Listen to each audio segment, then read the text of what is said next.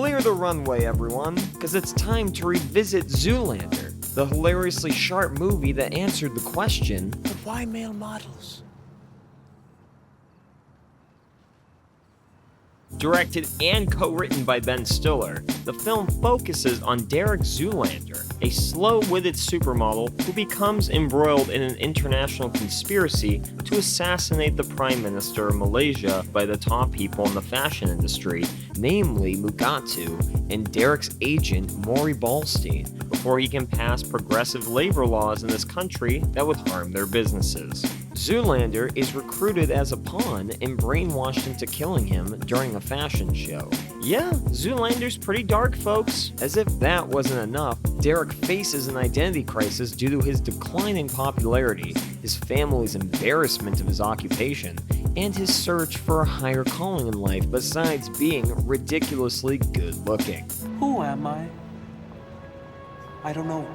Thanks to his friend and eventual love interest, journalist Matilda Jeffries, Derek becomes aware of the plot once Derek squashes his beef with competing male model Hansel. That Hansel's so hot right now. The three of them try to thwart the assassination. The character of Derek Zoolander originated from a pair of VH1 sketches for the VH1 Fashion Awards in 1996 and 97. The earliest iteration of the character could be traced back to a parody of Melrose Place in Beverly Hills 90210 from The Ben Stiller Show, also featuring a younger Bob Odenkirk in the sketch as well. Here, Ben plays a Luke Perry type, but you can definitely hear Derek Zoolander in there as well. I heard that Devin has got a headache. Do you think we might catch it? I don't think so. It's locked in his head. It starts here and moves to the back of my head, like a herd of buffalo got into my brain. Ow! The iconic name was inspired by the names of two real-life male models, Dutchman Mark Vanderloo and American Johnny Zander. For the film, Ben Stiller headlines the cast as the eponymous Derek Zoolander. Owen Wilson co-stars as Hansel, a rising star taking the fashion world by storm. Wilson was Stiller's first choice for the role. However, he was uncertain if Owen would be available, and auditions were held with even the likes of Jake Gyllenhaal reading for the role. Remember, folks, this is back during his Bubble Boy era. That said, Stiller really only considered Wilson for the part and didn't think the movie could have been made if the actor wasn't involved. Christine Taylor plays Matilda, an intelligent journalist who's essentially the straight man in this wild, wild world of fashion. Oh, thought you were gonna tell me what a bad Googleizer I am. A what? A Googleizer? One who speaks at funerals? Or did you think I'd be too stupid to know what a googly was? Will Ferrell relishes in the role of villainous Mugatu. Comedian Andy Dick was actually set to play Mugatu, but was unavailable due to a previous commitment on the television series Go Fish, starring a young Kieran Culkin. Instead, Andy would don a fat suit to become Olga the masseuse, who memorably has a fight with Derek's dick. It's Dick versus Dick. Mila Jovovich as Katinka, Mugatu's wicked henchperson? Whatever. The actor based her performance on her mother, Galina Jovovich. Jerry Stiller, Ben's real-life father, plays Maury Ballstein, which was a role that Ben Stiller originally intended to play, but changed his mind after already deciding to play the lead as well as direct the film. Must have been weird for Ben to direct his dear old dad to do this. Look out! Tushy squeeze! Maury. Fun fact, that off-screen voice is actually the voice of Christine Taylor, Ben's real-life wife. David Duchovny has a scene-stealing role as J.P. Pruitt, a washed-up hand model who reveals the dark underbelly of male modeling to Derek and Matilda. Duchovny was also offered the role of Derek's brother Luke, played by Vince Vaughn, but opted for J.P. instead. Hang in there, JP. Ah! You freaking idiot! Jon Voight has a great turn as Larry Zoolander, Derek's disappointed father who's not a fan of male models or mermaids. Merman.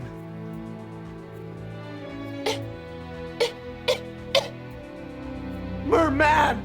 To round out the Zoolander clan, comedian Judah Friedlander appears as Scrappy Zoolander. Alexander Skarsgard makes his American film debut as Mikas, one of Derek's 3 roommates who suffers an untimely death due to a freak gasoline fight accident. The criminally underrated Nathan Lee Graham plays Mugatu's long-suffering number 2, Todd.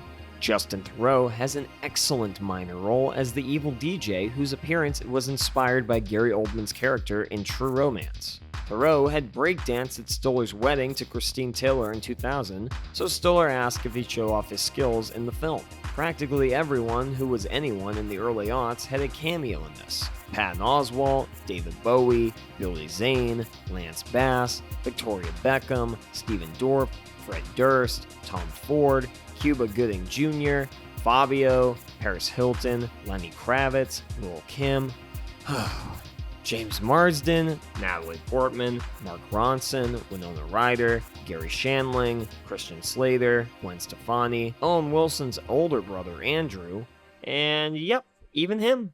Oh shit, and that's also a blink and miss a cameo from the legendary Jennifer Coolidge on the Fashion Illuminati board. Damn, Stifler's mom is in everything.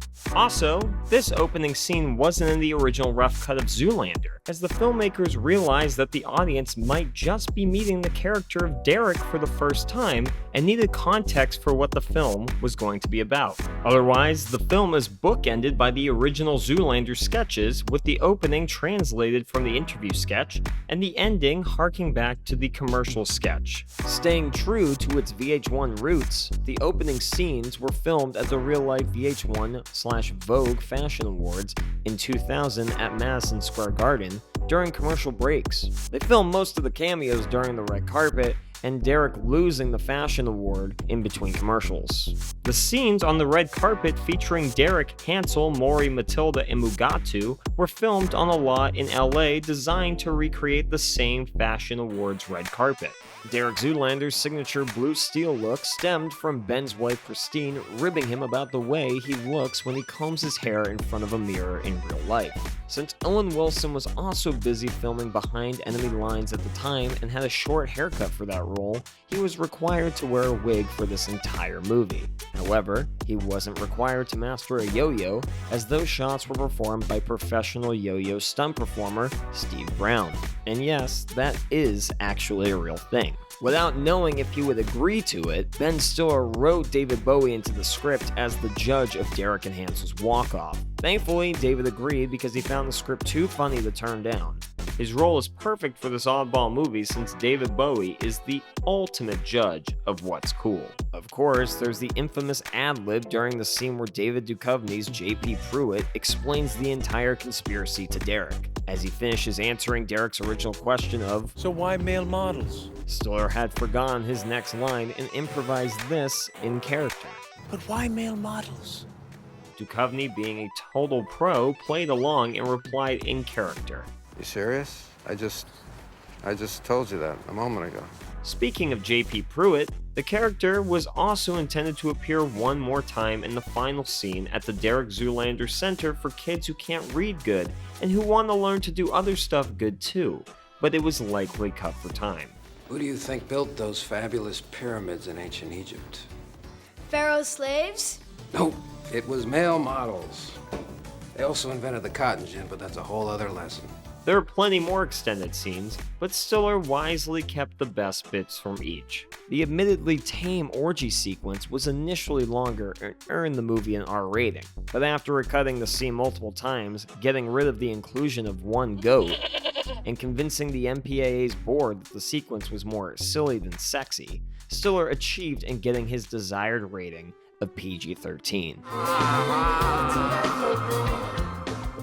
In the original ending, Derek would have been fatally struck by a train and ascend to heaven, but the idea was scrapped as the producers feared they could not fit it into the film's budget. Zoolander was released on September 28, 2001. The film received pretty positive reviews overall and became a minor box office success, grossing almost $61 million worldwide on a budget of $28 million. Although the studio was expecting it to perform better in theaters, the lackluster returns were cited as a consequence of releasing the film so soon after the September 11th terrorist attacks. Stiller made the decision to digitally remove any backgrounds that originally contained the Twin Towers in the city skyline. People have questioned this move, but Stiller defended his decision, saying he did what he thought was appropriate at the time. And to be fair, it's a damned if you do, damned if you don't situation. So who could blame him? Additionally, Zoolander was never shown in Malaysia, as the censorship board deemed it definitely unsuitable for obvious reasons. They should have just done what they did for the Asian market release, with all references to Malaysia being changed to Micronesia, and just have Hansel mistake Micronesia for Malaysia later on. Derek and Matilda are in hiding because some dudes brainwashed Derek off the Prime Minister of Micronesia. Malaysia. Right. Holy shit, that's the goat from the orgy. There's also an interesting legal case involving the 1998 satirical novel by Bret Easton Ellis, Glamorama, which tells the story of a slow male model who becomes involved in a plot formulated by international terrorists who recruit from within the fashion industries. With the notably striking similarities, the author attempted to take legal action, but the case was settled out of court. After many years of waiting and rumors, fans finally heard traction on a sequel to the cult classic, and filming commenced in Rome in early 2015. In March of that year, Stiller and Wilson appeared at the Paris Fashion Week in character for the film. The year after, Zoolander 2 was released to both harsh critical and fan reception before becoming a box office bomb, with it barely recouping its production budget of $55 million. Look, let's put it this way. If the first Zoolander was ahead of its time, then the second one was way behind. #oops. Ben Stiller was glad that the film flopped because it would have prevented him from pursuing more serious non-comedic work like Escape at Dannemora and Severance. In 2012, stars Ben Stiller and Owen Wilson met the actual Malaysian Prime Minister, with 0 incidents reported. To be honest, I thought that was it until I discovered there's an animated movie called Zoolander Supermodel. It was produced in 2011 as a series of shorts with the intent of releasing it as a web series, but instead the episodes were loosely packaged together as a film and released on Netflix UK in 2016. The film spoofs 80s Saturday morning cartoons depicting Derek and Hansel as superheroes. For those who are curious, roll the clip. Hi, Susie. It's me, Derek Zoolander. It looks like someone needs to improve her self-esteem so she can be happy with herself. And the best way to be happy with yourself is through plastic surgery. What? Since its initial release, Zoolander has only increased in popularity thanks to its high rewatchability, hilarious characters, and endlessly quotable dialogue. What is this? A center for ants! Hell, even acclaimed filmmaker Terrence Malick regards it as one of his most beloved films. Stiller and company included some amazing homages and nods to titles like 2001: A Space Odyssey, The Godfather Part 2, I know it was you, Maury. and Star Trek, with Mugatu's name being inspired by an albino ape creature known as the Mugato. Mugatu's appearance was even modeled after the Star Trek character. See the resemblance? Not to mention that Stiller's production company is called Red Hour Films, which is a direct reference to another episode of Star Trek. This movie truly succeeds at lampooning celebrity and high fashion culture and feels oddly prescient in a way. For example, take Derek Zoolander's blue steel being the harbinger of the subsequent social media selfie craze. Even though the movie is extremely silly, you can tell that Stiller and his team took the production and costume design very seriously. The filmmakers really gave their all and created a look that's wholly unique to the world of Zoolander. I'm not lying when I say it's a damn shame that this film didn't receive any Oscar love for those categories. In the end, Zoolander shows us that by accepting ourselves for who we are, and with a little help from our friends, we too can make the world a better place for supermodels and kids who want to read good, and do other stuff good too. I'm gonna take these kids over to George Washington Bridge, give them a little lesson in base jumping. All right, guys, last one, the helicopter's rotten egg. Let's go! Oh, also discover our inner power to turn left. I turned left! On that note, I award Zoolander 4 out of 5 orange mocha frappuccinos. As always, thanks for watching. And remember, Relax. Wait. Huh?